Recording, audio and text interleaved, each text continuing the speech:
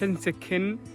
waxaad ku maamuli kartaa noloshaada ama waxaad ku burburi kartaa noloshaada waxayna ku xiran tahay habba go'aanka qaadatid waxa laga yaabaa ciilku markuu ka bato isla markii in noloshaadaba aad istiraadiba ka samar gabigeedaba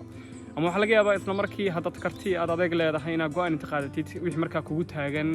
aad ka baxdid soo dhawow qofku markuu dhalinyaro yahay cadaadisyo tira badan baa soo food saaraya haddii uu kala garanayo cadaadisyadaasi qaybaha ay u kala qaybsamaan iyo sida loo xalli karo culeys tira badan baa ka degaya waxaan kula wadaagi doonaa 10 cadaadis ama 8 ama 9 cadaadis oo markaasi haddaad dhalinyaro tahay aad wajihi doontid hal mid haddaad la kulantid waa caadi waayo maskaxdeena waxay u tababaran tahay in cadaadiska ay ka falceliso waana sababta loo yiraahdo dadku xisaabta markii ay baranayaan in maskaxdu ay u wanaagsan tahay waayo qofku wuxuu ku dadaalayaa inuu xal ka keeno waayo maskaxda ayay furfuraysaa cadaadiska iyo dhibaatadana waa sidaas oo kale waayo maskaxdeena markii ay ka falceliso arrimaha ku taagan ay xal u raadiso maskaxda waxay u tababaranaysaa in wax walba markaasi ku soo food leh ama ku yimaadaba ay jawaab ka bixi karto ama xal ay u heli karto hal dhibaato ama hal cadaadis ama 2 ama 3 haddii ay ku soo fuulaan waa iska caadi bini'aadan ba u tahay laakiin 3 wixii ka badan haddii 4 noqdaan ama 5 ama 6 oo marka la rabo gadaal inaad intuu fadhiisatid aad kaliya meel tagtid u fikirtid oo istiraadi dhibaatooyinkani sidii u kala fudud yihiin u kala xallisid hal ama 2 aad la soo hartid waayo halkaas ama 2daas waa u baahan tahay midaasna waxa ay tahay mar walba aad halkaas ama 2daas ka fikiraysid oo aad la harjadaysid maskaxdaadu way shaqaynaysana waxaad noqonaysaa qof wax soo saar leh markaa noqotid waqtigaagana wuxuu kuu noqonayaa midaad ka mira dhalisid haddaba aan gudubno cadaadiska iyo dhibaatooyinka qofku markuu dhalinyarada yahay ee la soo qalbo sidaan ognahay qofku waxaynu mudnaa 20 jir markuu yahay kaliya inuu dhalinyaro yahay laakiin waxaan ku xasuusinayaa maamaha baa oranaysay 20 jir geedka ku beertay baa 60 jir ku harsataa taa micnaheedu waxay tahay 20 ilaa 60 inta u dhaxaysa waad dhalinyaro tahay 20 ilaa 30 waa xilliga la raba inaad baratid waxyaabaha markaas adiga ku dhibaya ama dib kuu dhigaya ama cadaadiska kugu haya ama dhibaatada kugu ah 30 maalinta gaartid waxa la rabaa wixii aad soo barato oo dhan inaad taqaanid xalkooda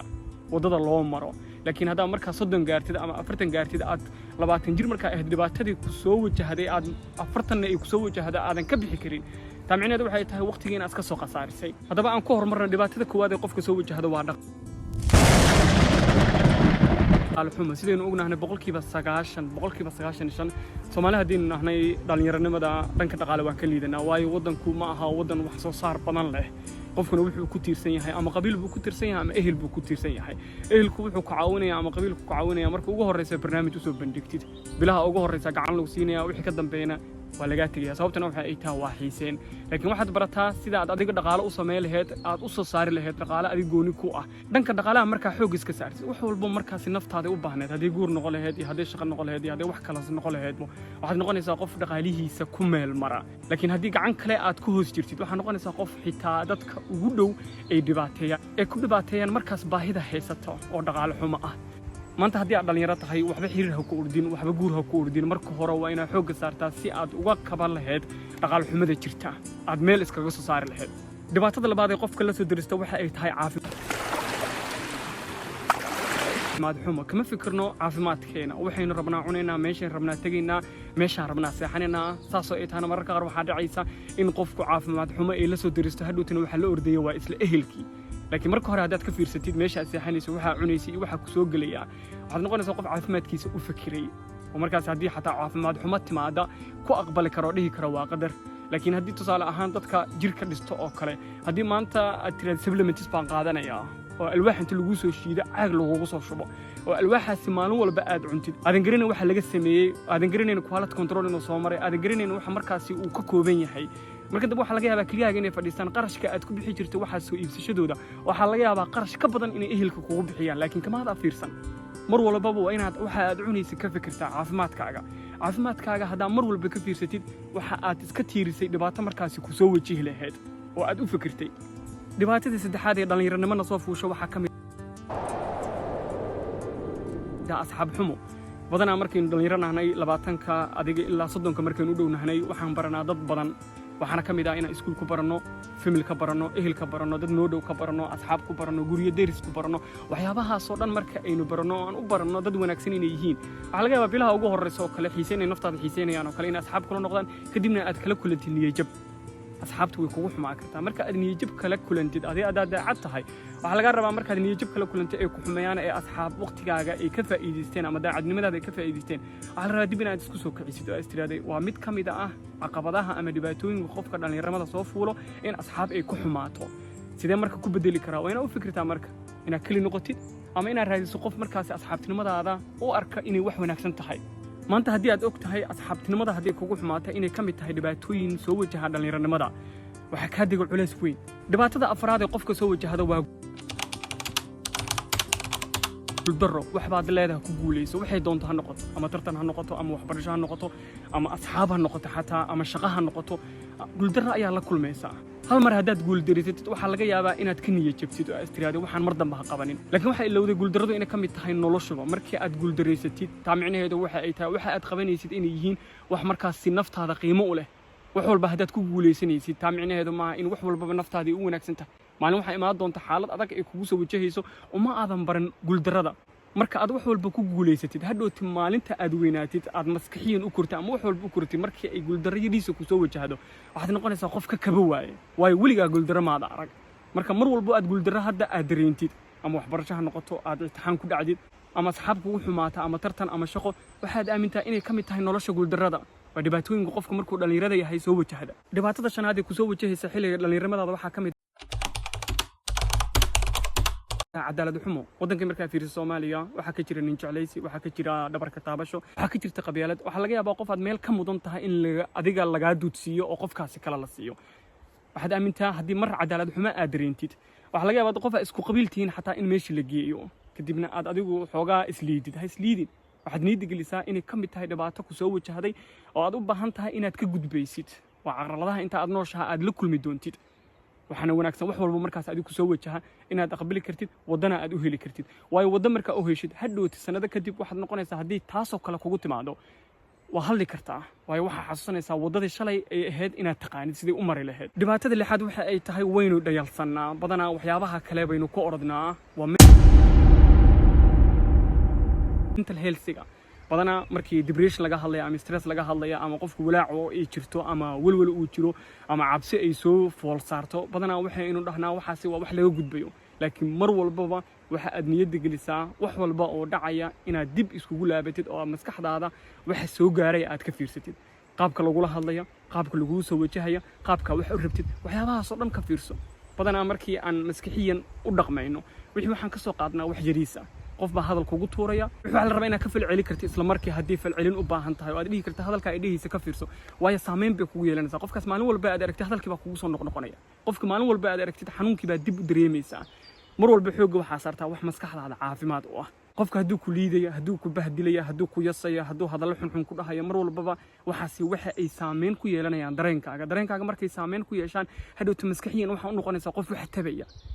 number 1 waxa xoogga saartaa mar walbaba caafimaadkaaga inuu ahaado maskaxdaada qaabka u shaqeynayso iyo qaabka ugu falcelinayso waxyaabaha liiditaanka ku salaysan way dhibaatadan lixaad ee mental health issue-ga ah waxay saameyn ku yeelanaysaa dhibaatada kale ee imaan doonta ee xasilooni darro ah haddii mar walba maskaxda lagaaga dagaalamo waxay imaanaysaa dhibaato ah xasilooni darro aad dareemayso qofka marka aad aragtid ama dadka marka aad aragtid in adigu dhan baqdin ay ku soo galayso aad dhididaysid gariiraysid mararka qaarna aad noqonayso qof isku yaraanayo mar walbaba ka fikir qaabka lagula dhaqmayo si xasilooni darro aad u dareemin dhibaatada sideedaad ee ku soo wajahaysa xilliga aad dhalinyarada tahay waxaa ka mid ah waxbarasho ama xirfad marka waxbarashadu ku jirtid waxa dhacaysa in lagu leeyahay tan dooro markaasina adigu aad jeceshahay meel kale inaad dooranaysid waalidku waxa laga yaabaa inay wax ku doorayaan adiga aad wax dooranaysid bulshadana ay wax rabaan inaad macnaha hadii aad kaga muuqatid hadhowtina ay noqoto in ay kugu adkaato inaad meelaad u dhaqaaqdid mar walba niyad waxaad gelisaa wixii ku farxad gelinaya haddii aad maanta ratid inaad biology-ga bartid oo kale ama xisaabiye aad noqotid ama engineering aad noqonaysid ama wax kale oo aad noqonaysid caafimaadka ku salaysan waxaad niyad gelisaa in waxaana adigu ma ku farxad gelinayaan buunda fiican ma ka keenaysaa ma xiisaysaa oo marka aad akhrinaysid iyo marka aad baranaysid ma tahay wax markaas aad waqti badan geli kartid haddii aad maanta adoo biology-ga waqti badan geli kara aad xisaabta aadid oo xisaabtuna aadan waqti gelinayn niyad aad u haynin de halkaas waxaad noqonaysaa qof aan waxba ka keenin oo ku guul daraysta mar walbaba niyadda waxaad gelisaa maadada aad ku fiican tahay waa horumarkaagi waa furahaagi waa indhahaagi muhiim ma aha waxay waalidku kula rabaan muhiim ma aha waxay bulshada kula rabaan ee waxa muhiim ah wax maskaxdaada ay u baahan tahay inay barato ee xoog saarayso ee energy-ga u hayso dhibaatada sagaalaad ee ku soo wajahaysa xilliga dhalinyaranimada waxa ay tahay inaad faaruqnimo dareentid ina emptiness dareentid qofku inuu is dhaho waxa ma tihid waa laga wada sameeyahay qofku mararka qaar waxa dhacaysa in meel uu socdo iyo meel uu ka socdo uu garo waayo wadooyinka dhan ay ka soo xirmaan waa marka la raba ina inta ka cadid saddex shay aad qoratid haddii jimicsi noqon lahayd haddii wax akhris noqon lahayd iyo haddii wax kale oo aad ku fiican tahay qabashadooda ay noqon lahayd saddexdaasi haddaad bil joogtaysid waxaa imaanaysa inaad adigu aad la noqotid qof la qabsaday waxaas uu qabanaya kadibna waxaa kuu imaanaya in wax kale aad ku dirtid 4 bay noqonayaan 5 bay noqonayaan marka dambena waxaa imaanayso in adoo maalintii aad 5 shay isku qabanaysid oo aad noqotid qof wax soo saar leh laakiin haddaad tiraadid waxba ma ihi oo aad mar walba cududaar aad ku soo qaadid waxba ma qaban karo meesha aad taagan tahay baad 5 sano kadibna taagnaa doontaa mar walba haddaad dareentay in wadooyinka ay ka soo xirmeen waxaad qorataa 3 shay aad ku fiican tahay qabashadooda haddii orod noqon lahayd haddii jimicsi noqon lahayd iyo haddii cunno karis iyo haddii guri hagaajis noqon lahayd waxaas bil markaa joogtaysid haddana waxaa imaanaysa in hobbi cusub aad yeelanaysaa hobbiga cusub wuxuu keenayaa hobbi kale marka dib waxaad noqonaysaa qof 10 hobbi yeeshay oo maalintii aan waqtiba helinba dhibaatada ugu dambaysan ku soo gabagabeynaya waxa ay tahay meesha shaqada dhibaato ayaad kala kulmi doontaa noocay doontaa noqoto sababtu waxay tahay dad kala duwan baa meeshaas ka shaqeeya qof wanaagsan qof xun qof xanuunsan qof caafimaad qaba iyo qof xaasid ah intaba meesha way imaanayaan adigu ha ku fikirin in meesha aad ka shaqeey doontid aad ka wada arki doontid sida adigu tahay in dadka dhan wada ahaa doonaan dadku waa kala shakhsiyaad duwan yihiin qof waxa jira shakhsiyadiisu xun tahay qof waxa jira qof kala raba inuu liido ama hoos u dhigo xanta yaqaana dhibaateynaya adigu marka meesha shaqada kala kulantid haddii aad dadka la ficiltantid oo aad meel iska dhici tiraadid waxaad ku weynaysaa shaqadaada sababta waxay tahay waxaad ka mashquulaysaa shaqadii waxaad ku mashquulaysaa dadka markaa ku mashquulshid wax soo saarkaadii wuxuu u muuqanayaa zero dadku ma arkayaan in wax soo saaraysa waayo qof ba maanta dhan maskaxdaadu ku mashquulinaysaa waayo maskaxdeenu laba shaqo iskuma qaban karto haddii aad maanta meel ka shaqaysid waxaad arki doontaa qof adiga ku dhibaatay doono sida wax u qabanaysid daacadnimadaada wanaagaaga mar walba xoog waxa saartaa qofkaani ku dhibaateynaya waa qof raba inuu ka jeediyo shaqadaada xoog saarsa u qaba lahayd 10ka dhibaato haddaad niyadda ku haysid inay kula kulmi doonaan ama aad maanta laga yaabo inaad mid kamid ah ku jirtid ama 2 kamid ah ama 6 kamid ah ama 5 kamid ah wixii 3 dheer waxa la rabaa inaad meel gooni inta fadhiisatid aad kala xalisid habba si u kala fudud yihiin aad u kala saartid oo aad 3 ama 2 soo reebatid labadaasi waxay u wanaagsan tahay haddii 2 dhibaato challenge maskaxdeena u baahan tahay oo 2 dhibaato ama 2 arrin oo markaa kugu taagan mar walbaba ka falcelintooda iyo juhdi gelintooda iyo wixii ku saalaysa marka dambe inaad wax soo saar yeelatid laakiin haddaysan marnaba aysan ku soo fusaarin dhibaato taa micnaheedu waxay tahay waxaad qabanaysaa ayaa ah wax ziir ah haddii aad fiidiyowgan ka heshay asxaabtaada la wadaag wixii fikirkaaga ah commentiga nagula wadaag waa jeclaa mar walba inaan fiidiyow kula wadaaga laakiin waqtiga oo yar awgiisa waa ka cudur daaranayaa waa saaxiibka Shaahid Biisaani oo ku dhahaya mar walba hadafka waxa saartaa waxa naftaada muhiim u ah dadka kale wax farxad gelinaya xoog ha saarin ee waxa adiga ku farxad gelinaya xoog saar waayo cidda kaligiis noolaa doono waa adiga السلام عليكم